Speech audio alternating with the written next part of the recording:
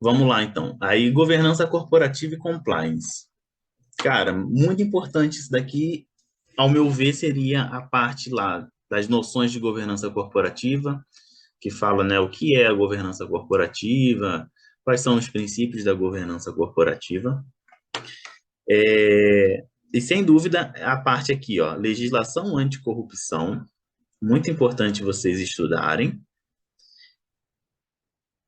Essas duas legislações aqui, praticamente aí 99,99% de chance de ter uma questão dessa parte. E o código de ética, código de conduta ética do BRB. Também, sem dúvida, vai ter uma questão sobre o código de ética. Geralmente ali sobre os princípios ou, né, as relações que o banco tem com outras empresas, algo, ou então com os funcionários, algum tipo de conhecimento mais geral, princípio, diretrizes do código. Também não acredito em algo muito específico, não. Se eu não me engano, na prova de 2019 caiu algo falando sobre princípios. Inovação. Bom, pessoal, qual foi, assim, em 2019, na prova do BRB que eu fiz, qual foi a minha tática, né, para inovação? Eu peguei a lei, como é só uma lei, né, que cai, eu peguei essa lei para estudar na semana da prova. Não, até uma semana antes da prova, eu não tinha estudado nada sobre inovação. Apesar de também eram três questões que iriam cair, então, assim, tem um peso relevante, né, para uma lei cair três questões.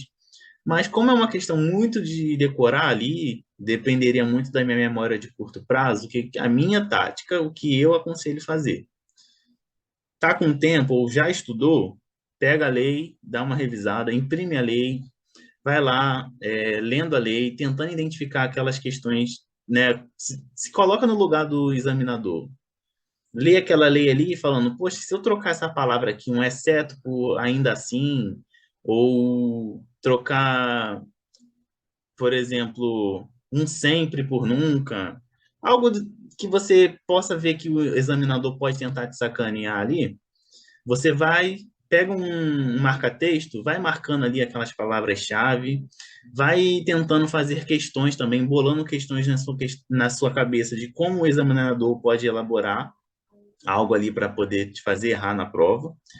Depois que você tiver com essa lei impressa, toda esquematizada, você lê ali, pega uma vez por dia ali, que você tiver no seu momento de estudo, você vai lá e pega a sua lei e dá uma lidinha.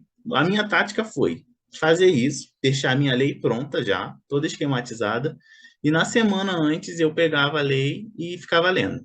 Na época eu estava trabalhando, ia de metrô para o trabalho, eu pegava a lei e ia lendo dentro do metrô, indo para o trabalho e voltando do trabalho. Então, isso assim me ajudou bastante. Na prova, eu acertei as três questões da lei, porque foi aquela memória de curto prazo. Beleza? Então, aqui, inovação, né, priorizar a leitura da lei. Não tem muito o que fazer, não. Né? Deixa a lei ali esquematizada, com tudo marcadinho, faz anotações ali que você acha que o examinador pode tentar cobrar. E a chance assim de você conseguir acertar as questões é muito grande. Vamos lá. A Lei Orgânica do Distrito Federal e o regime jurídico dos servidores do Distrito Federal. No meu concurso, eu não simplesmente não li. Não estudei nada dessa lei, da LODF, nem do regime jurídico dos servidores. Aconselho a fazer isso? Olha, se você me perguntar se eu fosse fazer a prova, se eu faria isso, eu faria. Porque, assim, se você for pegar a LODF, é uma coisa enorme. O examinador pode cobrar qualquer coisa dali, né? Ainda tem aqui a descrição ali dos títulos que podem cair, mas se você vai olhar na LODF, é muita coisa, né? Então, assim, se eu não me engano, foram duas questões que podiam cair. Eu acho que eu até acertei uma questão delas. Não lembro agora, depois eu posso ver direitinho para passar para vocês. Mas eu não acho que é um custo-benefício muito grande, não. Muito, muito bom, não. Se você já estudou a lei, aconselharia você, se você já estudou, seguindo ali um planejamento de estudo, se você fez um material de revisão, você pegar aquelas suas anotações que você fez e dar uma revisada, né? Não tem muito o que fazer, não. Porque é um conteúdo muito grande e vai cair aí uma ou duas questões. Então, assim, não tem muito, a gente não tem como focar muito, não saber muito o que o examinador vai querer cobrar. Então, se você já estudou, você pega o seu material de revisão e pega ali na semana da prova, né? Também vai aproveitar aquela memória de curto prazo, você dá uma lida ali, vai fazendo outras anotações e tudo mais. Agora, se você não, se você é igual a mim que viu que o custo-benefício não dava, simplesmente ignorar e na hora lá tentar responder. Ler e ver o que você interpretar ali na hora e tentar ver o que está na hora. Ou, às vezes você faz uma associação a alguma outra matéria que você estudou, às vezes você, principalmente quem já estudou direito, né, às vezes consegue identificar ali se for competência, algo assim, pode ajudar também bastante. Mas se você não estudou, simplesmente menos uma matéria para você estudar agora, se preocupar. O ideal é você focar naquilo que vai te dar mais pontos, né? Você é, fazer um esforço enorme para ler uma LODF dessa, com vários títulos, vários é, incisos, para chegar lá na hora o examinador pegar uma coisa que você nem imaginou que fosse cair e cobrar e você errar, eu acho que não compensa. Então, vamos lá. Eu vou deixar aqui marcado em amarelo para quem já estudou, quem fez resumo, voltar nas anotações e ver o resumo, né? Tanto isso para a LODF, tanto para o regime jurídico também, gente. Se for o regime jurídico, se você tiver estudado, tiver anotado, você revisa ali o que você anotou. Se você não estudou, eu, né, seguiu a mesma tática como eu fiz lá em 2019, eu não iria me estressar com isso, não. Iria deixar mesmo para tentar ver na hora lá na prova se você consegue acertar ou não. Claro que o ideal é você ter estudado tudo, mas se você optou por isso, totalmente possível você ser aprovado. Tanto é que eu fui aprovado, já trabalho no banco há um ano e meio. É, agora que a parte de conhecimentos sobre o Distrito Federal e sobre a RID. Gente, essa parte aqui, ela é bem, assim, abstrata, assim, né? Porque aqui simplesmente pode cobrar qualquer coisa. O que eu, né, na minha perspectiva, acho que pode acontecer. Devido à prova do BRB ser aplicada em todas as capitais, né, isso, devido a esse projeto de expansão que o banco está sofrendo e tudo mais, o que eu acredito é que pode ser que a questão de RID, né, ou do distrito, dos conhecimentos sobre o Distrito Federal, venha versando sobre uma área, sobre uma questão um pouco mais de domínio geral, assim. O que eu quero dizer? Algo mais sobre a história de criação de Brasília, que é algo que a gente tem ali na escola, por exemplo, né? A gente tem na aula de história falando sobre os motivos do Distrito Federal, ser a localização do Distrito Federal, um pouco sobre a história do Distrito Federal.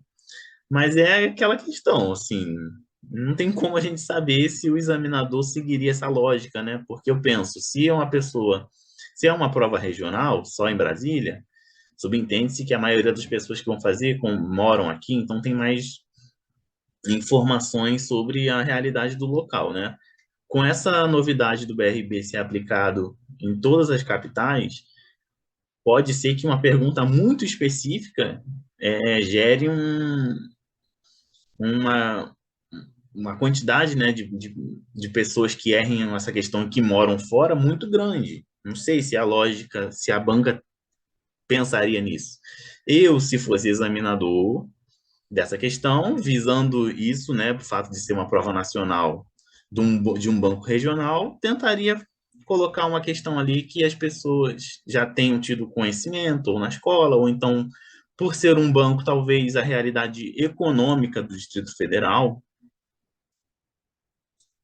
também, ó, realidade econômica do Distrito Federal e a geográfica histórica aqui, ó, eu julgaria como as mais importantes, né? O fato lá também da questão do patrimônio da Unesco também, que é uma coisa, um assunto que as pessoas no geral sabem. E sem contar que aqui também tem uma lei. Depois eu posso até passar para vocês o número da lei. Aqui não tem, mas se eu não me engano, no meu edital tinha o número da lei, porque tem uma lei que ela estabelece a RID, né? Então pode ser que venha também questões literais dessa lei, a literalidade ali da lei. Depois eu posso passar para vocês o número da lei e tudo mais. Eu tenho, na minha época, eu lembro que eu imprimi a lei e fiz aquela questão, né? Marquei ali o que eu achava que poderia vir na prova e dei uma lida de ir para a prova, assim, uma semana antes, uns 3 dias, eu fiquei lendo aquela lei. Beleza? Então, próximo agora, o Plano Distrital de Política das Mulheres. Isso aqui é uma novidade em relação ao concurso de 2019, não tinha. Essa daqui é uma que eu acho, é uma das matérias que eu acho que é o melhor custo-benefício, são 5 questões. Aqui não tem o que fazer. Aqui é revisar, bolar questões, né? Ou ver nos sistemas de questões, se tem concursos recentes agora que já cobraram o PDPM. Imprimir o plano distrital e vir marcando, vindo fazendo as observações, mesmo esquema lá da LODF, da RID, não tem segredo aqui. Aqui é revisar a literalidade ali do PDPM.